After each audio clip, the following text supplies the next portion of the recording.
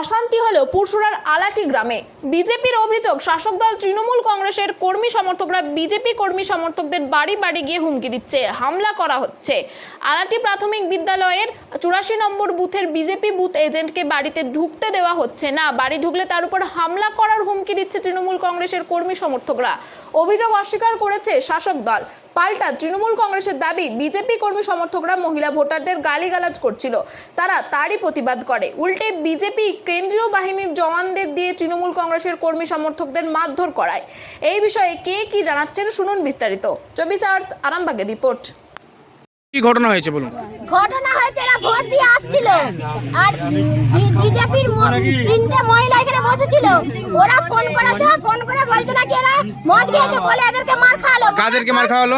এই পিন্টু ঢালি, গণেশ ঢালি, আমি বলছি মামাজি বলে না, প্রশাসনের লোক কি করে বাড়ি বাড়ি এসে মারতে পারে? বিজেপির যারা মেরেছে তাদের নাম জানেন?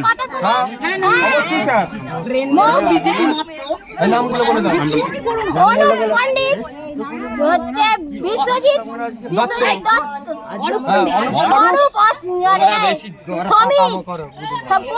এখন কি চাইছেন আপনারা সেটা বলুন। আমরা চাইছি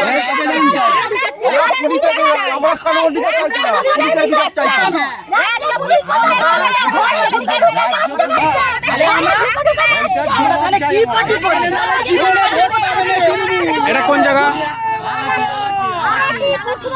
একটা কথা বলতে চাইছি, যারা মেরেছে ওরা কি পুলিশ বাহিনী না আদৌ বিজেপি কর্মী বাহিনী? আমরা তো এই পার্টি লোকের ঘরগুলো জানলো কি করে, ঢুকে ঢুকে মারলো কি করে?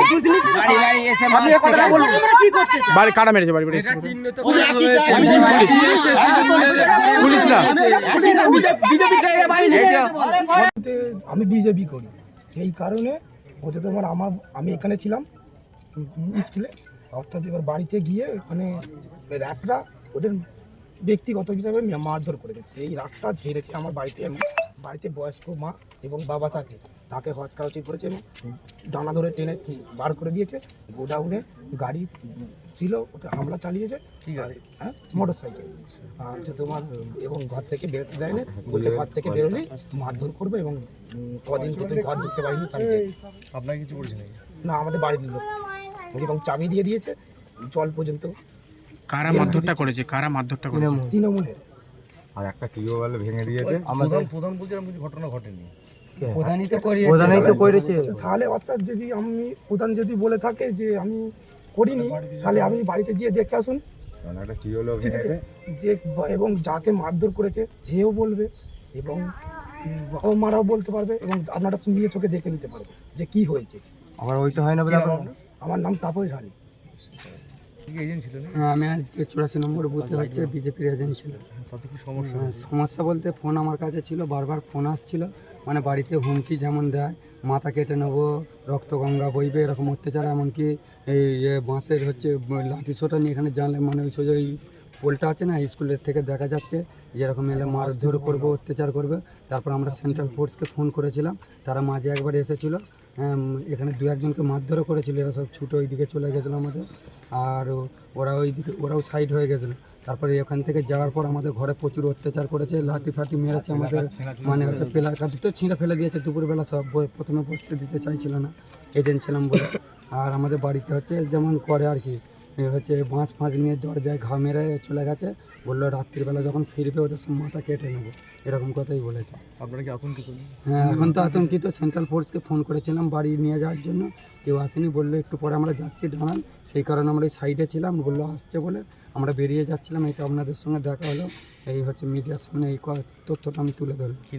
আমার নাম অনুপ পণ্ডিত, 84 নম্বর বুথের এজেন্ট ছিলাম 84 নম্বর বুথে। বিজেপির যে সমস্ত নেতৃত্বরা রয়েছে তারা বলছে নাকি যে বিজেপির এজেন্টকে এখানে বসতে দেওয়া হয়নি এবং সেই সঙ্গে এজেন্ট যারা বসেছিল তাদেরকে তাদের বাড়ির লোকেদেরকেও নাকি ভয় দেখানো হয়েছে এবং তাদের উপর নাকি চড়াও হয়েছে, এমন একটা অভিযোগ করছে তৃণমূলের বিরুদ্ধে। সম্পূর্ণ মিথ্যা। সকালবেলা 5টার সময় বিজেপির এজেন্ট, সিপিএমের এজেন্ট, নির্দলের এজেন্ট এবং তৃণমূল কংগ্রেসের এজেন্ট, সমস্ত এজেন্ট গিয়ে তারা মক পোলিং করেছে এবং সর্বশেষ পর্যন্ত তারা ভোট প্রক্রিয়া শেষ করে তারা বেরিয়ে এসেছে। সম্পূর্ণ ভিত্তিহীন।